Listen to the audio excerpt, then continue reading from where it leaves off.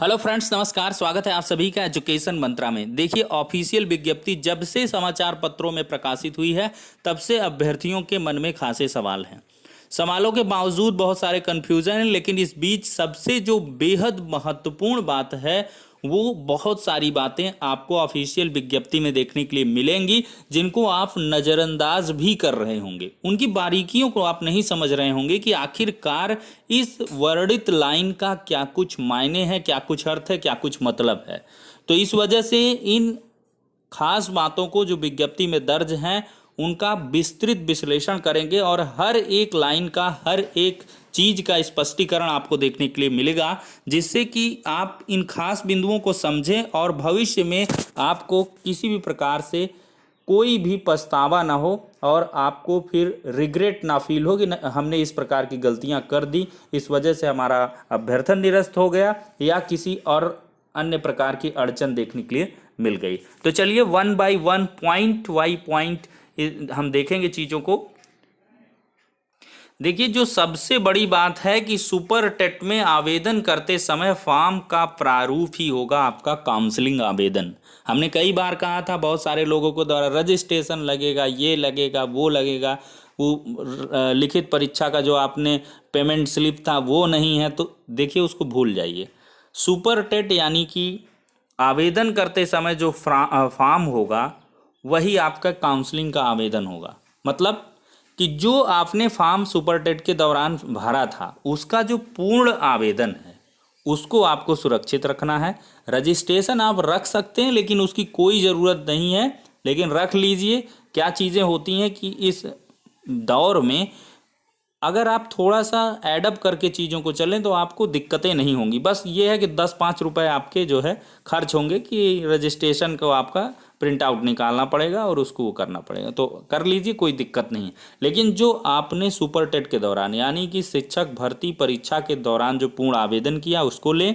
और इसके बाद ये भी मैंडेटरी नहीं होता है कई जगहों पर, लेकिन ये है कि जो आप अब आवेदन करेंगे 75 जनपदों के काउंसलिंग के लिए आवेदन, वो सुपर टेट के आवेदन के आगे ही बढ़ेगा। यानी कि उसमें क्या होगा, सुपर टेट में जो आपने आवेदन कर रखा उसके आगे वर्णित हो जाएंगे आपके जो जनपद के वरीयता क्रम और सुपर टेट के प्राप्त अंक भी उसी में साफ साफ वर्णित हो जाएंगे। जो आपका मेरिट वाला कॉलम था ना, हाई स्कूल, इंटरमीडिएट, ग्रेजुएशन और फिर इसके बाद बीटीसी, बीएड वगैरह, फिर टेट, और उसके नीचे एक कॉलम जुड़ जाएगा सॉफ्टवेयर जनरेटेड सुपर टेट, यानी कि 69,000 सहायक अध्यापक भर्ती परीक्षा 2019 परीक्षा फल, वो ऑलरेडी कंप्यूटर जनरेटेड आपके नंबर जुड़ जाएंगे। ठीक है, वो प्रिंट आपको लेना है और फिर इसके बाद आपको अन्य डॉक्यूमेंट्स को सहेज कर रख लेना है एक ही क्रम में। सबसे आगे पूर्ण आवेदन लें, फिर इसके बाद क्या लें, हाई स्कूल का अंक पत्र, फिर प्रमाण पत्र, फिर इसके बाद हाई स्कूल अंक पत्र, प्रमाण पत्र, फिर ग्रेजुएशन, फिर इसी तरह से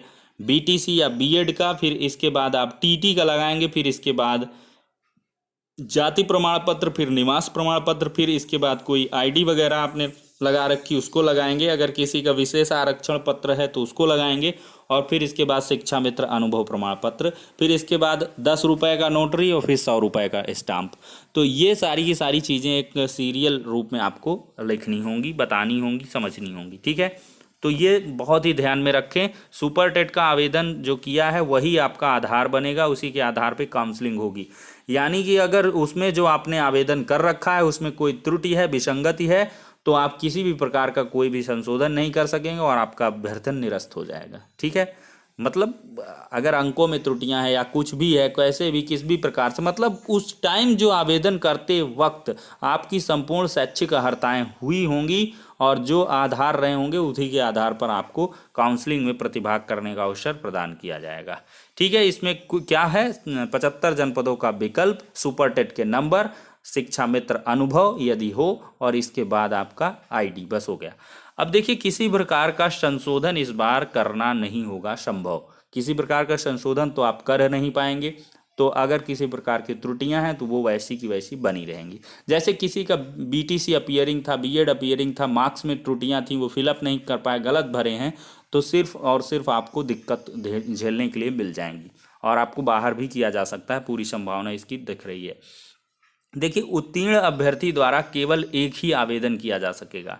जो उत्तीर्ण अभ्यर्थी हैं वो सिर्फ एक आवेदन करेंगे, एक से अधिक आवेदन आपको नहीं करना है, सिर्फ एक आवेदन करना है, अदरवाइज आपको दिक्कत हो सकती है, आपका फॉर्म निरस्त हो सकता है। तो बड़ी सावधानी, बड़ी सजगता और बड़ी ही सतर्कता के बाद आवेदन करें, पूरी चीज़ों को समझ लें और इसके बाद जैसे ही OTP प्राप्त हो पूरा फॉर्म खोल के देख लें एक बार। ये नहीं कि एकदम से वो तीर निकल गया तो दोबारा वापस नहीं आएगा। OTP के बाद आप एक बार फॉर्म देख लें, जांच लें, परख लें क्या कुछ है। जनपदों का क्रम पहले से ही एक कॉपी पेन पेपर में लिख करके सहेज कर लिख लें कि किस प्रकार से कैसे जनपदों को हमको वरीयता में लेते हैं, और वो वहाँ पर चुनते हुए चले जाएंगे। पहले ये गाजियाबाद मान लिया, फिर इसके बाद आप हापुड़, फिर जालौन, जो भी जिस प्रकार से, ठीक है।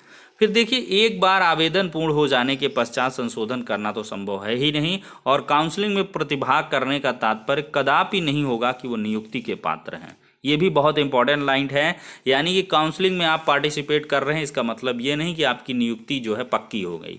काउंसलिंग में आपके डॉक्यूमेंट्स को जांचा जाएगा, परखा जाएगा, देखा जाएगा, समझा जाएगा। अगर किसी प्रकार की गलतियां हैं, त्रुटियां हैं, कुछ भी हैं, तो उसके आधार पर आपको बाहर का रास्ता दिखाया जा सकता है। तो मतलब काउंसलिंग में जिसका हो जा रहा है तो इसका मतलब उसको अपॉइंटमेंट लेटर मिल गया, इस गलतफहमी में ना रहिएगा। इस बार की स्थितियां इतर हैं। 68,500 शिक्षक भर्ती में कुछ अलग थी, चूंकि 68,500 शिक्षक भर्ती थी और कुल उत्तीर्ण अभ्यर्थियों की संख्या 41,556 ही थी। मतलब जिनका जिला आवंटन हो गया उनको नियुक्ति मिल गई थी। और इस बार क्या होना है कि पद से ज़्यादा अधिक अभ्यर्थी हैं, तो ऐसा भी हो सकता है सेकेंड राउंड काउंसलिंग का प्रोविज़न आपको देखने के लिए मिल जाए। जो पद बचें तो उनके आधार पर सेकेंड काउंसलिंग भी देखने के लिए मिलेगी। अब देखिए, एक बार आवेदन पूर्ण हो जाने के पश्चात संशोधन करना संभव नहीं है। काउंसलिंग में प्रतिभाग करने का तात्पर्य नियुक्ति पात्र हैं। और सबसे बड़ी जो बात, सबसे अहम बात, सरकारी, अर्ध सरकारी, बेसिक शिक्षा परिषद में पहले से ही कार्यरत अभ्यर्थियों को काउंसलिंग के समय सक्षम अधिकारी द्वारा NOC प्राप्त कर प्रस्तुत करना अनिवार्य कर दिया गया है। इसके लिए बहुत ज़्यादा परेशान होने की आवश्यकता नहीं है। देखिए, यहाँ तक ये भी है, सामान्य तौर पर देखा जाए शिक्षा मित्र और जो अनुदेशक हैं उनको भी अनापत्ति प्रमाण पत्र निर्गत करवाना होगा। उसके आधार पर ही आप आवेदन करें, और काउंसलिंग के पहले तो अवश्य होना चाहिए, ये मैंडेटरी है। तो बेसिक शिक्षा परिषद में पहले से ही कार्यरत जो अभ्यर्थी है, मतलब जो टीचर हैं या अनुदेशक हैं या शिक्षा मित्र हैं, कुछ भी हैं, तो उनको भी काउंसलिंग के वक्त NOC की अनिवार्यता स्पष्ट की जा सकती है। तो इस वजह से अपने खंड शिक्षा अधिकारी महोदय से या जिला बेसिक शिक्षा अधिकारी महोदय के माध्यम से किसी प्रकार से आप कंफर्मेशन अवश्य कर लें, जिससे कि आपको दिक्कतें देखने के लिए ना मिलें। भले ही आप उस जनपद में कार्यरत हो, लेकिन एक बार क्या करना है, बेसिक शिक्षा विभाग, बेसिक शिक्षा जो कार्यालय है आपका जिले का, तो वहाँ पर आप कांटेक्ट कर लें, जिला बेसिक शिक्षा अधिकारी कार्यालय में आप देख लें क्या कुछ होने वाला है। देखिए, इसमें क्या है, NOC के लिए क्या है, आपको जो भी कार्यरत है उसके लिए आपको एक आवेदन पत्र लिखना है। उसमें क्या पूरी क्राइटेरिया को लिख देना है कि ऐसे ऐसे मैंने आवेदन किया, इसके लिए मुझे काउंसलिंग पे प्रतिभाग लेना है, तो मुझे अनापत्ति प्रमाण पत्र निर्गत करने की कृपा करें। मैं यहाँ फला विद्यालय में कार्यरत हूँ, ऐसे वैसे। फिर इसके बाद क्या है, खंड शिक्षा अधिकारी इसको फॉरवर्ड कर देंगे। फिर इसको ले जाके आप जो है BSA ऑफिस में जमा कर देंगे। अगर तुरंत नहीं NOC मिलती है तो एक जो है प्रति जो है उसको आप अपने पास सुरक्षित रख लें और एक प्रति जमा कर दें, और उसके आधार पर भी आप काउंसलिंग करवा सकते हैं। और इसके लिए कि ये नहीं है कि अगर आपके पास किसी कारण बस लॉकडाउन की परिस्थितियों को देखते हुए कुछ भी है, आपके पास NOC नहीं, तो आपको बाहर कर दिया जाएगा। इसके संबंध में एक लेटर भी है, संजय सिन्हा द्वारा जारी किया गया था, भूतपूर्व सचिव हैं बेसिक शिक्षा परिषद, तो उनके द्वारा ये क्लैरिफाई किया गया था कि 1 माह तक अवसर भी दिया जाता है कि 1 माह के अंदर अगर आप NOC दे देते हैं तो किसी प्रकार की कोई भी दिक्कत नहीं होगी। देखिए, अब अगला पॉइंट है कि नियुक्त होने वाले अध्यापक अध्यापिकाओं का अंतर जनपदीय स्थानांतरण नहीं किया जाएगा। बाकायदा आप 100 रुपये की स्टाम्प पेपर में लिखने वाले हैं कि मैं भविष्य में अंतर जनपदीय स्थानांतरण की मांग नहीं करूंगा। मतलब इसकी संभावनाएं बहुत ही कम है। अब विभाग अपने आधार पर करे वो अलग सी बात है। देखिए, पिछली 68,500 शिक्षक भर्ती की जो शिक्षिकाएं 1 वर्ष का अपना अध्यापन अनुभव ले चुकी हैं, तो उनको आवेदन तो करने का अवसर मिला है, लेकिन फाइनली अभी जो काउंसलिंग वगैरह है वो नहीं हो पाई। उसमें भी विभिन्न प्रकार की परिस्थितियां देखने के लिए मिल रही हैं। तो समय आने पर चीज़ें स्पष्ट होंगी कि क्या कुछ है। बेसिक शिक्षा की नियमावली में किसी प्रकार का कोई भी संशोधन तो नहीं है अंतर जनपदीय स्थानांतरण के लिए, लेकिन देखते हैं क्या कुछ होने वाला है। तो इस वजह से बहुत सूझबूझ समझ के साथ ही आप अपने जनपद को चुनें। और इसको प्रायोरिटी के तहत रखें अपने मेरिट के अनुसार, और अपनी जो जनपद की सीटें हैं आस पड़ोस की अपनी सुविधा सहूलियत के अनुसार ही उस जिले के चुनें। क्योंकि क्या है, 10 वर्ष तक आपका प्रमोशन बमुश्किल होगा, और इसके बाद ये भी है कि अंतर जनपदीय स्थानांतरण जब होगा तो आप भविष्य में जब भी होगा तो उससे आपको क्या है, जूनियर हो जाना पड़ेगा। तो ये सारी की सारी चीज़ें आपको ध्यान में रखनी हैं, और इनके तहत ही आपको जिले का विकल्प चुनना है।